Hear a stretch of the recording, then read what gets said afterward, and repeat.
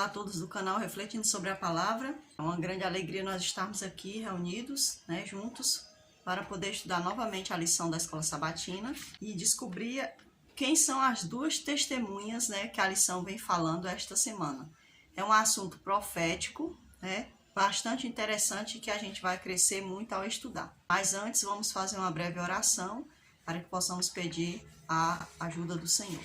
Oremos. Nosso Deus, nosso Pai, ajuda-nos a abrir a Tua Santa Palavra, seja conosco, meu Deus, nos orienta, não nos deixe, meu Deus, entender coisas vãs, mas que possamos entender o que é do Senhor, o que é do céu. Abre o nosso entendimento, rogamos a presença do Espírito Santo, em nome do Teu Filho Jesus Cristo. Amém, Senhor. Às vezes eu gaguejo um pouco, para não dizer muito, mas vamos lá. Aqui a passagem está no livro de Apocalipse, capítulo 11, versículo 3. E diz assim: darei autoridade às minhas duas testemunhas, para que profetizem durante 1260 dias, vestidas de pano de saco. João, ele teve essa visão, esse entendimento da parte do Senhor, aonde ele via essa interpretação, que Deus falava de duas testemunhas. Essas duas testemunhas recebiam autoridade, então diz que ela profetizaria, ou seja, falaria, falaria da palavra do Senhor durante 1260 dias, que aqui também se dá a um período profético. Então vamos ver aqui a parte de sábado, que fala mais para nós. Apocalipse 11 descreve uma era de hostilidade e rejeição à autoridade de Deus e à sua palavra.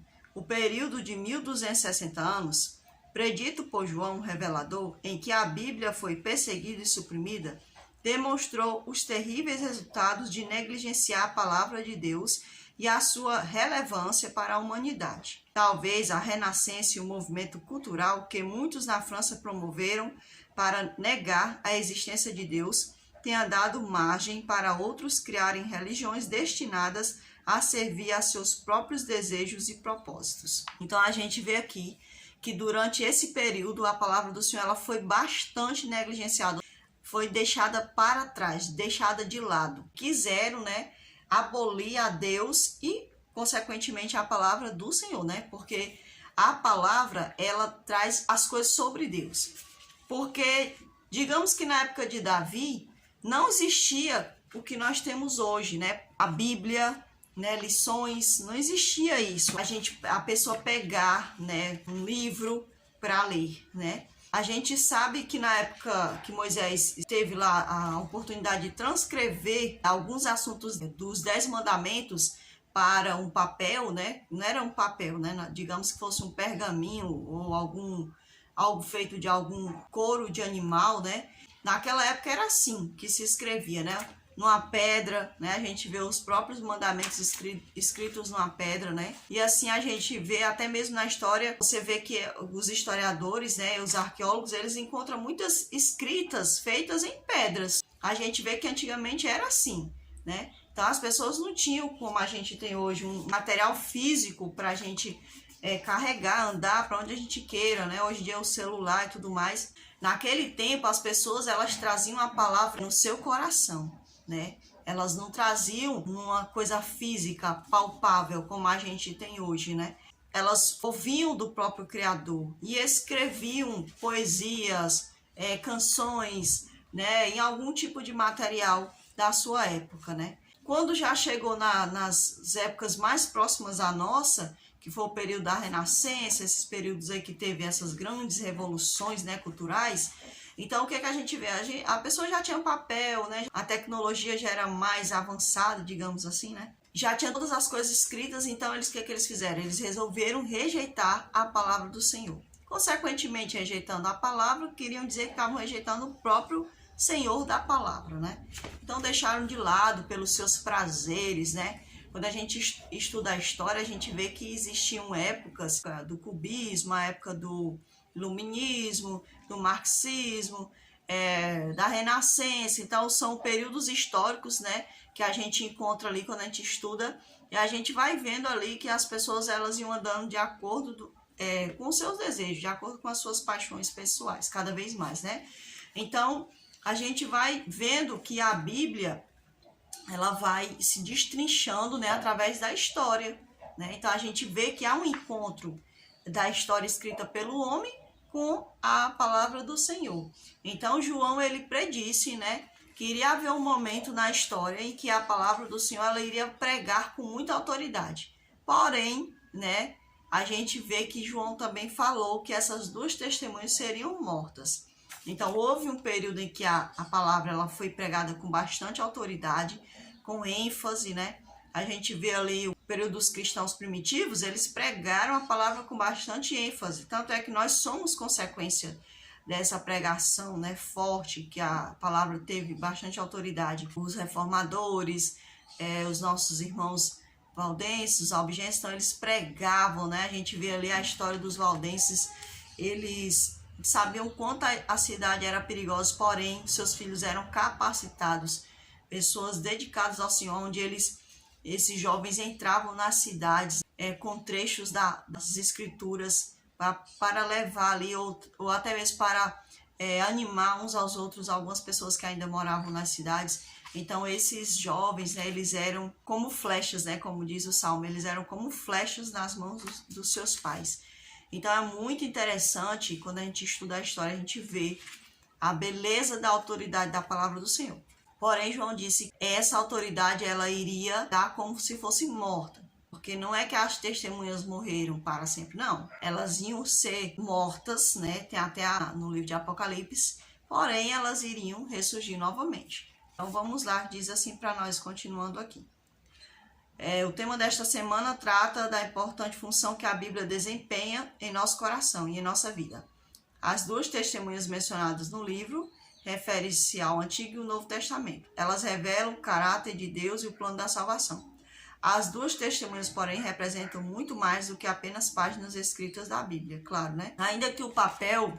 Ainda que a palavra física, né, aqui o livro, seja queimado, ela tem que estar onde? No nosso coração. Como diz o Salmo, escondi tua palavra no meu coração para não pecar contra ti. Então, mesmo que o material físico suma, nós temos que ter essas palavras gravadas no nosso coração, na nossa mente, para que nós não venhamos a nos esquecer do Senhor e nem a pecar contra o Senhor. Também representam as pessoas que proclamam a mensagem, ou seja, ainda que o livro, né, físico, que esse material palpável se desgaste, a gente ainda tem essa palavra. É por isso que é importante que a gente ande todo o tempo na presença do Senhor, para que quando essas coisas vierem a acontecer novamente, né, nós possamos ser testemunhas vivas também do Senhor. Então aqui diz assim, lembrando que houve um período em que a palavra foi abertamente rejeitada e perseguida, né? Mas, infelizmente, hoje ela é rejeitada e perseguida do mesmo jeito. Então houve um período em que a palavra ela foi rejeitada e perseguida, né? Mais adiante a gente vai ver outros períodos, né? Os períodos. A gente vê ali também que na época, se eu não me engano, do nazismo, do comunismo, a Bíblia ela foi perseguida também. Então o que acontece? A gente tem que entender que não foi só naquele tempo. Hoje em dia ainda é perseguida do mesmo modo, né? Não é um ataque pegando aqui o livro e jogando fogo como fizeram, né? Queimando, levando, né?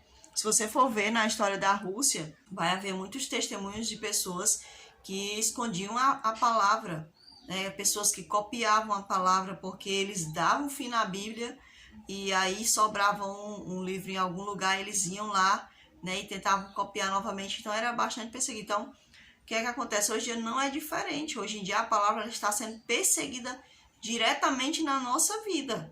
Ou seja, o que eu falo aqui, vem outra pessoa e tenta derrubar, entendeu? Eu falo que a Bíblia diz que o Senhor é o Criador de todas as coisas. Vem alguém e diz, não, o Senhor não é o Criador de todas as coisas. As coisas aconteceram do nada, de uma bactéria, né? De um animalzinho que saiu da água e foi assim, foi virando, foi evoluindo, né? Não houve criação, houve o Big Bang e assim vai, né? Hoje a palavra, ela é distorcida, ela é perseguida da mesma forma. Se a palavra diz que se eu com a minha boca, né, com a minha boca, pelo que eu aprendi nas escrituras, de que Deus criou homem e mulher, vem alguém e diz, não, Deus não é assim mais, né? Hoje em dia não precisa ser mais homem e mulher, eu posso ser homem e posso achar que sou mulher ao mesmo tempo, né? Então, hoje em dia, a palavra ela é perseguida de forma assim, não tanto no papel, mas combatendo com a própria pessoa que tenta viver a palavra. A gente vê também vários tipos de perseguições, como a questão de a pessoa venerar uma imagem. A palavra diz, não pode se prostrar à imagem, não pode adorar nada de imagem, nem que seja semelhante a um ser humano, ou que coisas que possam fazer referência ao céu. E ali ele fala da referência aos anjos, ou às estrelas, à lua. A palavra do Senhor, ela combate isso, né? Então vem alguém e diz, não tem importância eu me prostrar diante da imagem, não é pecado, eu estou me prostrando ali, é Deus que... Então a pessoa sempre há um combate diretamente da palavra, ou seja, a palavra ela continua sendo perseguida da mesma forma. Livro de Apocalipse 11, do 1 ao 14, né? Eu escolhi apenas uma perguntinha daqui que diz assim: por que elas estão vestidas em pano de saco? Ou seja, por que as duas testemunhas estão vestidas de pano de saco? A gente entende que, de acordo com o costume judaico, né, eu acredito que não seja só o costume judaico, talvez seja o costume daquelas pessoas lá do Oriente, eles tinham esse costume, né, de vestir o pano de saco como uma forma de clamar, de se humilhar. Você vê ali a história de Mardoqueu, quando houve o decreto de morte para os judeus. Mardoqueu, ele se vestiu dessa forma, ele jogou cinza sobre o corpo e ele ficava em frente ao palácio, né, se lamentando, ou seja, clamando a Deus, né, se lamentando diante de Deus, pedindo a Deus isso. Então, as testemunhas, ou seja, o Antigo e o Novo Testamento, eles estão vestidos assim. Por quê? Porque, aliás, simbolicamente aparece para João vestido assim, por quê? É uma referência ao clamor, né, também, que fala lá em Apocalipse, se eu não me engano, 14, versículo 6. É uma referência a esse clamor também. A gente pode fazer uma referência a Apocalipse 14, aonde os anjos estão fazendo clamor, e o anjo ali simboliza a igreja do Senhor, ou seja, o povo que quer obedecer a palavra do Senhor. Então, as duas testemunhas, eles estão clamando, né? E a palavra, ela traz um sentido de humilhação, porque o Senhor está buscando, o Senhor está pedindo. É um ato de humilhação, sim. E muitas das vezes nós, como testemunhos do Senhor, nós estamos nos humilhando, pedindo, clamando ao mundo que ouça a voz do Senhor enquanto é tempo, né? Mas, infelizmente, a gente vê que muitas pessoas não se atentam a isso, a esse clamor. Então, as duas testemunhas, elas estão clamando. E é o que nós fazemos hoje como igreja de Deus. Nós estamos clamando ao mundo, né? Ou seja, as pessoas que ainda não se soltaram dos seus pecados, né? Que ainda amam os prazeres dessa vida. A gente está clamando para que elas deixem, abandonem os seus pecados. Por quê? Porque o juízo de Deus, ele é algo real, ele é algo que vai acontecer e está muito perto de acontecer. Então, a testemunha simbolizava esse clamor também. Aqui na parte de segunda-feira, fala assim para nós. Apocalipse 11, verso 3, a passagem bíblica do estudo desta semana, retrata João sendo chamado a participar da visão. Apesar de parecer difícil de compreender, a mensagem é simples. Trata-se de uma promessa de restauração e preservação. Uma garantia de que, em meio à perseguição, sofrimento e angústia, os verdadeiros adoradores de Deus estarão seguros, né? Seguro no sentido de salvação eterna, pois muitos filhos de Deus morreram. Então, essa segurança aqui não é no sentido de que, por exemplo, João saiu para pregar, ele era preso, ele era espancado, foi lançado no caldeirão de óleo fervente, e aí foi lançado na ilha de Patmos. Então, Não era uma segurança, eu vou virar um cristão e agora eu não vou mais ficar doente, eu não vou sofrer perigo de morte. Engana-se quem pensa assim. Pelo contrário, você vai até se deparar com situações estranhas. Como é que pode? Antes eu vivia no mundo, eu ia para festas noturnas e eu não me cansava. E hoje na igreja, eu vou para a igreja, é um sacrifício, é uma dificuldade. Às vezes não consigo dormir. Muitas pessoas relatam isso, né? Eu não, né? Porque eu não... eu sempre fui muito preguiçosa, né? Negócio de virar à noite, esse negócio aí não dá pra mim, não. Mas tem muitas pessoas que você vê, e outras pessoas que muitas das vezes eram tão sadias, viviam bebendo, às vezes até usando droga, se prostituía e parecia assim que tinha um corpo assim, né? Cheio de vida, né? Não tinha nada. Aí quando se torna um cristão, parece que vem aquela carga todinha. Parece que Satanás diz assim, agora tu recebe tua cobrança aí por ter me servido, né? E aí aquela pessoa começa a viver uma vida mais difícil, né? De dificuldade, doente e tudo mais. Então, eu também já ouvi esse tipo de relato, tá? Por isso que eu digo aqui. Pessoas que viviam em festas, pessoas que viviam virando à noite, outras pessoas que comiam de tudo, né? Então a gente ouve os relatos de pessoas que dizem assim, antes quando eu era do mundo era assim, agora quando eu sou da igreja, do mesmo jeito. Tem pessoas que vai sair para pregar, pode acontecer daquela pessoa sofrer uma perseguição, né? Então é isso que acontece, a gente não está falando aqui de uma segurança física, a gente está falando de uma segurança eterna. Algo que eu não posso ver hoje, que eu não posso apalpar hoje, mas que pelos olhos da fé eu tenho certeza que eu e você vamos alcançar isso. Então, a segurança se trata das coisas do alto. Aqui na passagem de terça-feira fala assim para nós: os 42 meses e os 1260 dias correspondem ao mesmo período de tempo. Ou seja, foi duas coisas mencionadas que era a mesma coisa, se referia à mesma coisa. Foi a época em que a igreja cristã foi mais oprimida e perseguida. Os 1260 anos começaram em 538 d.C. e terminaram em 1798. Aqui fala que o massacre da noite de São Bartolomeu, em que milhares de protestantes foram brutalmente assassinados na França, foi comemorado pelo Papa e pelos cardeais de Roma. Até uma medalha foi fabricada para lembrar o episódio. E ainda chama assim, ainda faz como se fosse uma coisa legal, né? Eu assisti um filme que fala sobre o massacre de São Bartolomeu. O filme não fala sobre o massacre. O filme se trata de uma época histórica. Eu não digo o nome do filme porque tem muitas licenças poéticas dentro do filme, né?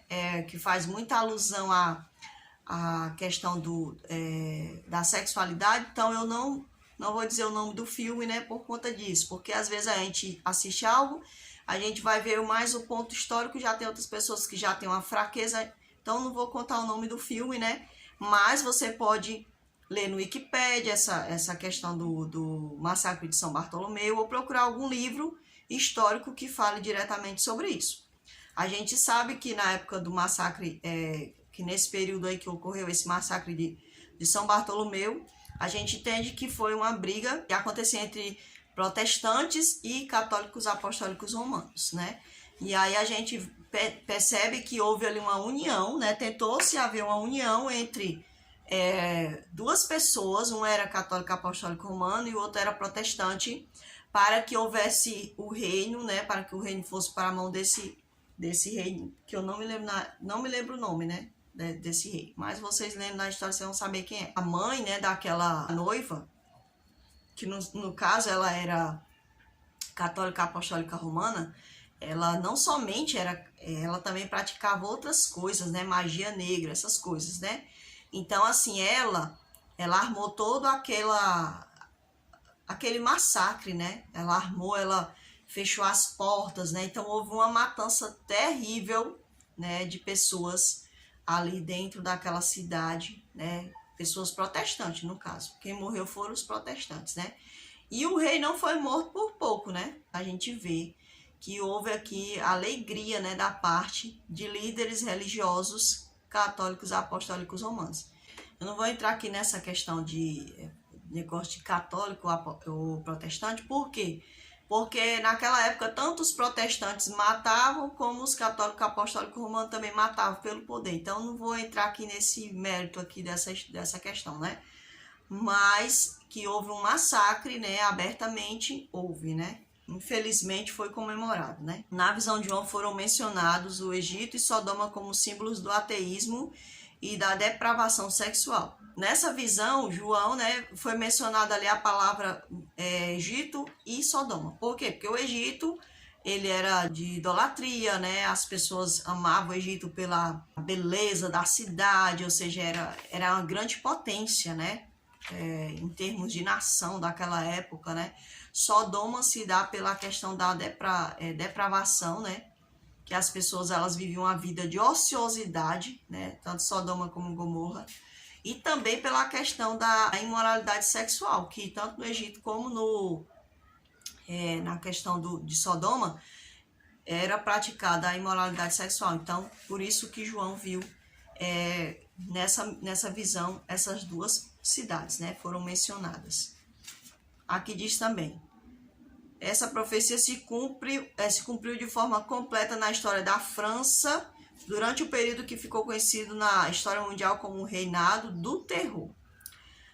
O país chegou a declarar em Assembleia Legislativa que Deus não existia e, em nome da liberdade, permitiu todo tipo de prática pecaminosa. Então, a gente vê que a França está sempre envolvida, né, nessa questão dessa liberdade, mas que às vezes não é liberdade, poderíamos usar o termo libertinagem, né? E esse período aqui que aconteceu essa situação, que eles declararam, né, dentro da Assembleia, que Deus não existia mais, ou seja, você podia viver do jeito que você queria, fazer o que você quisesse, sem se preocupar com a sua consciência, porque Deus fala na nossa consciência, né? Não se preocupe, você vai ouvir aquela vozinha lá no fundo, olha, isso é errado, isso é pecado. Não se preocupe, continue praticando o erro, sem nenhum problema, né? Não vai haver consequências, não se preocupe com isso. E esse pensamento vem até hoje. Não vai haver consequências. Isso é besteira, isso é bobagem que botaram na sua cabeça quando você era pequeno. Outro dia eu estava até conversando com uma pessoa e a pessoa disse assim para mim, a gente fala sobre Deus, eu disse, quem é Deus para você? Ela disse, eu não sei se foi uma coisa que botaram na minha mente quando eu era criança. Quer dizer, que as pessoas, elas têm isso, né? Que Deus foi incutido na minha cabeça quando eu era criança. Gente, pelo amor de Deus. Minha mãe nunca fez uma oração, nunca me ensinou que era nem reza, né? Eu ia para a igreja católica, apostólica romana, ela não me ensinava uma reza. Eu tinha 8 anos, se eu não me engano, e a criança tinha 4. E eu disse para essa meninazinha, né?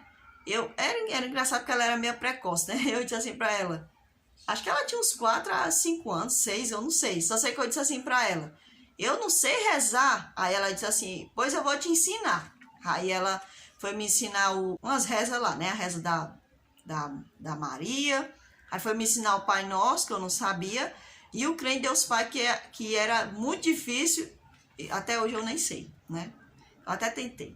Aí eu ia para a igreja católica, apostólica romana, mas eu não me lembro de ir lá rezar, eu não me lembro disso. Eu não vou mentir dizer que eu me lembro, né? Então, assim, eu que pedi à minha mãe para falar para os meus irmãos mais velhos para me levar para a igreja. Por quê? Eu queria ir para a igreja, eu tinha esse senso na minha cabeça, desde criança. Foi minha mãe que me incutiu isso em mim, porque a gente não tinha Bíblia, minha mãe não falava de Deus, né? Assim, não é que a minha mãe fosse ateia. Ela falava as coisas, ensinava as coisas certas, tipo, não era para pegar nada de ninguém, essas coisas, né? Mas a minha mãe não vivia rezando com a gente, ela não vivia agradecendo a Deus porque a gente tinha o que comer, não. Ela era uma pessoa que não queria pegar nada de ninguém, trabalhava, sustentava a gente, era isso. E as histórias que a minha mãe lia pra gente era a história da Chapeuzinho, da Rapunzel, eu ainda me lembro os livros, né? Eram uns livros bem bonitos, de alto relevo, dos 3 porquinhos. Quando essas histórias acabavam, porque quase toda noite era a mesma coisa, né, que ela contava. Quando essas histórias acabavam, ela entrava em outras historinhas velhas, né, que o pessoal chama, me esqueci até o nome, as histórias que o pessoal vai contando aí, né. Então, eram essas histórias que a minha mãe contava, né, então eu só tive contato com a Bíblia aos 12 anos de idade, né, quando eu tive contato com o Novo Testamento. Não é uma coisa que as pessoas incutem na sua cabeça, entende? É que ele tá falando com a gente. Ele já está lá falando com a gente. A gente nasce crédulo, a gente se torna incrédulo pelas questões sociais que a gente vive, né? Do ambiente que a gente vive. Não é que a gente nasça incrédulo, nasça ateu. Não existe isso, gente. Isso é coisa que as pessoas falam. Mas o Senhor sempre está falando à nossa mente. Depois que a França renunciou à adoração de Deus, chegou ao ponto de escolher uma mulher imoral entre o povo para ser adorada como a Deus da razão. Ela foi conduzida à Catedral de Notre Dame, onde ocupou o lugar de Deus ali. Ali essa mulher foi adorada por todas as pessoas presentes. Então, assim, nessa Catedral de Notre Dame foi retirada as coisas que poderiam fazer alusão a Deus, né? Já tinha lá as imagens, né? Aí botaram a imagem de uma mulher, né? Aonde diziam, essa é a nossa deusa, né? Foi essa mulher que foi adorada no lugar de Deus. O estranho, se você perceber, ultimamente a gente tem falado muito sobre as propagandas, os filmes, né? Tem focado muito na questão mulher, né? Estão trocando os super-heróis que antes eram homens e mulheres, que a gente via, tinha o Batman, aí tinha a Batgirl, tinha o homem Superman, aí tinha a Mulher Maravilha. Agora não, agora tem que ser as mulheres que são as superpoderosas, né? Tem alguma coisa assim na história acontecendo que a gente tem que se atentar, né? Porque vai acontecer algo em que vai ser usada essa questão, imagem de mulher, né? Então vamos nos atentar, porque a gente pode ser surpreendido por isso, né? Assim como foi no passado, também pode acontecer agora no futuro. Hoje estamos vivendo novamente esse contexto histórico, né? Até mesmo pessoas que se dizem cristãos têm declarado oposição ferrenha à palavra do eterno Deus. Então, não foi só no passado que as pessoas se opuseram à palavra, mas hoje em dia, pessoas que se dizem do meio, né, religioso, que se volta para Deus, porque se a gente for falar a religião, tem a religião que não fala de Cristo, do Senhor, né, do Deus que a gente aprendeu lá da questão judaica, mas vai falar sobre Buda, sobre essas coisas assim, né? Então, a gente percebe, né, que assim como houve perseguição no passado, hoje em dia não é diferente. Por quê? Porque dentro do próprio meio da igreja se levantam pessoas que dizem que a Bíblia tem que ser atualizada, que essas coisas já passaram, é coisa do passado, hoje em dia a gente tem que pensar diferente, né? Então a gente vê muito isso hoje, pessoas que antes cantavam para Deus, hoje em dia estão fazendo coisas abomináveis, né? Pessoas que antes eram filhos de pastores, que estão tolerando coisas abomináveis. Pessoas que se dizem ser cantores, né? Que vivem como parece que não serve a Deus, né? Parece que vive assim, é um Deus esquisito, que eles seguem aí, que eu não sei que Deus é esse, né? Então, muito estranho, né? Não é ser extremista, aquele extremista do não pode, mas também a questão do extremismo, do liberalismo, né? Aí também é estranho, porque você não pode andar nos dois extremos, nem do extremo do não, nem do extremo do sim. A gente tem que focar em Cristo, tem que ter o equilíbrio na pessoa de Cristo, porque se eu for do extremo do não dá certo, a Bíblia fica esquisita. Se eu for andar no extremo do liberalismo, também a Bíblia não vai cair bem lá nesse meu pensamento, não. Nos versos de impacto, fala assim para nós no Salmo 14, verso 1. Eu acho muito interessante esse verso do Salmo 14, verso 1, diz assim, olha. Diz o insensato no seu coração, não a Deus. Corrompem-se e praticam abominação. Já não há quem faça o bem. Estranho, né? Esse verso, ele se encaixa perfeitamente lá na história da França. No período em que as pessoas disseram, Deus não existe mais, né? Vamos fazer tudo o que nos agrada. Então, se encaixa muito bem. O outro verso está na passagem de Provérbios, capítulo 1, verso 29 e 31. Diz assim para nós o verso. Porquanto aborreceram o conhecimento e não preferiram o temor do Senhor. Não quiseram o meu conselho e desprezaram toda a minha repreensão.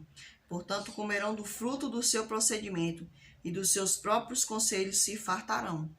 Então, meus irmãos, aqui fala das consequências, né? Quando a pessoa ela não quer seguir a voz do Senhor, quer andar segundo os propósitos do seu coração, a palavra do Senhor diz que vão comer do fruto do seu próprio procedimento. Ou seja, o que eles plantaram, eles vão colher. É uma consequência, a gente não tem como fugir das consequências dos nossos atos. Na França, a guerra contra a Bíblia levou à revolução, legítimo resultado do fato de Roma ter proibido as escrituras. O movimento apresentou a ilustração mais vívida que o mundo já viu das consequências. Aponta para os terríveis resultados que sobrevieram de maneira especial à França, em decorrência do mínimo do domínio do homem da iniquidade. Aqui o homem da iniquidade, a palavra iniquidade é a transgressão da lei de Deus, é uma pessoa transgressora. Então, o homem que não quer obedecer à palavra do Senhor, ele é um transgressor da palavra do Senhor. Então, não importa se ele é pastor, se ele é um ateu, se ele é uma pessoa que vive de acordo com a quebra da lei, se ele vive introduzindo coisas que não estão dentro da Bíblia, então ele é um transgressor, ele é um iníquo, né, como diz as escrituras do Senhor. Vemos na história que um lado, a igreja que se declarava de Deus, proibia o acesso das pessoas à palavra de Deus. Do outro lado, vemos um grupo de pessoas que queriam andar segundo as suas paixões e resolveram retirar o Senhor de cena, né? Tirar o Senhor de cena. Ou seja, dois grupos que queriam andar segundo os seus interesses pessoais. Eu colocar coisas na palavra de Deus, fugindo do contexto que está na palavra, é um interesse pessoal meu. E eu querer tirar, né, da palavra de Deus aquilo que não está dentro da palavra de Deus, é um interesse pessoal meu que eu estou fazendo. Então havia esses dois grupos de pessoas. Havia o grupo da igreja romana, né, que queria fazer de acordo com a sua vontade, introduziu várias regras, várias tradições de homens, e existia em contrapartida esse grupo, tiraram, né, Deus de cena, né? Para eles, Deus saiu de cena, né? Não que Deus tenha saído de cena de fato, né? Porque já imaginou se Deus sai de fato de cena da história das nossas vidas e da história da vida da humanidade? Eu não estaria aqui conversando com você e nem você estaria aí do outro lado me ouvindo, porque certamente nós não existiríamos mais hoje, né? Porque um mundo sem a direção de Deus não é mundo, né? É uma destruição, né? Na verdade, seria tudo destruído, porque nós mesmos temos essa capacidade de destruição, né? Imagine aí se Deus sai de cena. Ai, meu Deus, que coisa terrível. Aqui na parte de sexta-feira fala assim, João se referiu às duas testemunhas, né? No qual ele também se referiu a você e a mim, pessoas que testemunham. É muito importante lembrar que a palavra de Deus é a única segurança que temos para permanecermos seguros neste período de engano e ilusão. Violência, guerras, desastres naturais e fome. Apesar de essas coisas ameaçarem a vida das pessoas na Terra, um perigo ainda maior ameaça a humanidade. A ideia de que a Bíblia é irrelevante e que Deus não existe. Mesmo que algumas pessoas não creiam na existência de Deus e em sua palavra, continue você acreditando. Não importa se as pessoas acham que Deus não existe, que Deus saiu de cena. Porque louvado seja Deus por Deus não ter saído de cena das nossas vidas. Porque muitas pessoas dizem assim, eu não quero mais saber de Deus. Deus não existe. Deus não tem importância de nada. Mas mesmo assim a misericórdia do Senhor ainda cobre essas pessoas ainda hoje. Eu estava lendo uma passagem hoje na palavra do Senhor, aonde diz, né? Deus, ele cessou a misericórdia dele sobre Saul. Você já imaginou se Deus cessa a misericórdia dele sobre mim ou sobre a sua vida? Se eu e você formos... se você não conhece a história de Saul, procure conhecer o modo como Saul foi vivendo, se afastando do Senhor gradativamente, a ponto de ele mesmo tirar a própria vida. Então isso se dá ao fato da gente se afastar do Senhor. E a misericórdia do Senhor já não nos cobre mais, porque a gente não quer. Porque Deus só deixa aquele homem que diz, eu não te quero. Deus não vai deixar a pessoa, sem a pessoa de fato não querer. Ele é um ser educado, mas que ama a gente, então ele luta por nós. Agora, se uma pessoa fica insistindo em irritar o Senhor, achando que Deus não tem sentimento, porque Ele tem sentimento e Ele necessita que a gente dê atenção a esse sentimento, não porque Ele é um ser egoísta que exige que a gente dê atenção a Ele, não. Mas eu tenho que dar atenção a esse sentimento de Deus acabar ou não. Por quê? Porque disso depende a minha vida, a minha existência hoje. Então, se alguém do seu lado deixou de crer no Senhor, deixou de lutar pelo dom da vida, né, na vida dele, não desista você de Deus. E ore por essa pessoa.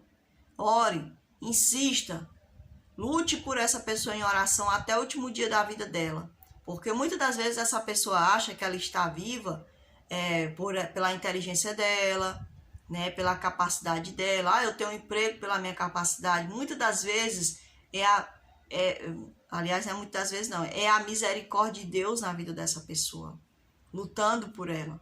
Então não é pela força do braço dela, não é pela capacidade intelectual dela que ela está viva, está existindo, está conseguindo viver. Não, é porque existe alguém que está cuidando dela, está lutando por ela, está enviando anjos para lutar por ela, mesmo quando ela vira as costas para ele. Não desista você de Deus. Se em algum momento passou isso na sua mente, não desista do Senhor. Porque eu sei que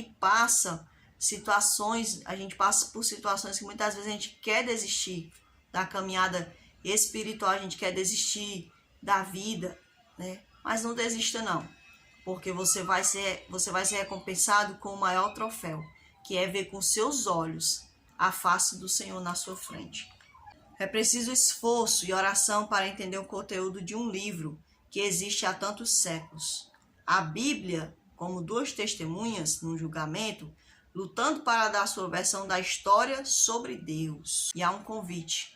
O Senhor quer fazer de mim e de você uma testemunha da pessoa dele. Faça você a sua parte. Seja uma testemunha viva do Senhor. Seja uma testemunha fiel do Senhor, não se importando com o que pode acontecer, porque o Senhor pode te recompensar. Porque a maior de todas as recompensas do Senhor é estar diante dele, mas não se lamentando ou pedindo que as rochas caiam, mas louvando ao Senhor, né? Adorando ao Senhor, exaltando o nome dele. Aqui tem as nossas frasezinhas, né? A religião é um conto de fadas para pessoas com medo do escuro. Essas foram as palavras de Stephen Hawking, né? Ele era um físico e era ateu e também era cosmólogo. Foi que Stephen Hawking disse, né? Ele disse que as pessoas, elas inventaram essa história de religião porque elas tinham medo do escuro. Aí um cristão falou assim em relação à frase de Stephen. Disse assim, ó: o ateísmo é um conto de fadas para pessoas com medo da luz. John Lennox, matemático e filósofo cristão.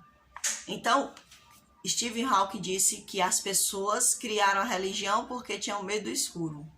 E Lennox disse que a pessoa ela inventa que é ateu, porque a pessoa não é ateu, porque ela acredita em alguma coisa. Não existe esse negócio de ateu, é só na cabeça da pessoa.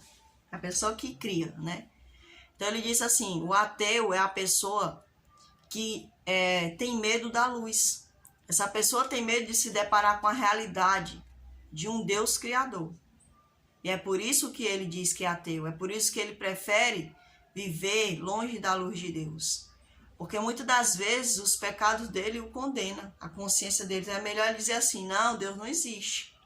Só que é tão fácil, é só ele dizer assim para o Senhor, me perdoa, Senhor. Né? Me perdoa pelos pecados que eu cometi e me ajuda. Me ajuda a não pecar mais. Esses pecados terríveis que eu faço aqui, Senhor, ou que eu já fiz, me ajuda a abandonar, deixar para trás e seguir na tua santa luz. Então, é muito fácil, não existe dificuldade a pessoa se voltar para Deus, olhar nos olhos de Deus, pelos olhos da fé, se sentar com Deus, porque muitas das vezes eu me vejo sentada com Deus, né? Eu me vejo andando com Deus, eu não vejo, mas eu sei que Ele está do meu lado, né? Na minha vida, todo dia. Então, eu digo para o Senhor, me ajude, Senhor, a te seguir da maneira que o Senhor quer que eu te sirva, que eu te siga. Me ajuda também a espelhar teu amor para outras pessoas. E às vezes esse amor é tão duro que às vezes as pessoas não querem acreditar, não querem obedecer, não querem seguir, não querem olhar para você, porque quando elas olharem para você, elas vão ver a imagem de Deus estampada em você. Um Deus que mostra amor, mas que também mostra dureza. Então, não tenha medo de refletir a imagem de Deus, nem que isso custe a sua própria vida. Porque essa vida aqui, a gente ama essa vida aqui porque foi o Senhor que nos deu. Mas Ele nos dará uma vida muito maior. Então, vigie, ande com o Senhor, lute pela sua vida eterna que o Senhor te deu com tanto amor e carinho. Às vezes ficamos chocados com o registro histórico em que a Bíblia foi totalmente rejeitada e abandonada. Mas pensando em nossos dias, no que a situação é diferente? Em nenhuma, né? A situação não é diferente hoje em dia. Por quê? Porque hoje em dia as pessoas continuam rejeitando a palavra do Senhor. Continuam rejeitando a esse Deus do mesmo jeito. Mas nós temos que ter fé e orar uns pelos outros. Orar por pessoas que se desiludiram, né? Com a fé.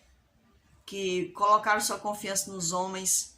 E acham que homens não falham, né? E acham que os homens detêm toda a verdade do Senhor, né? Detêm todo o conhecimento do Senhor. Não.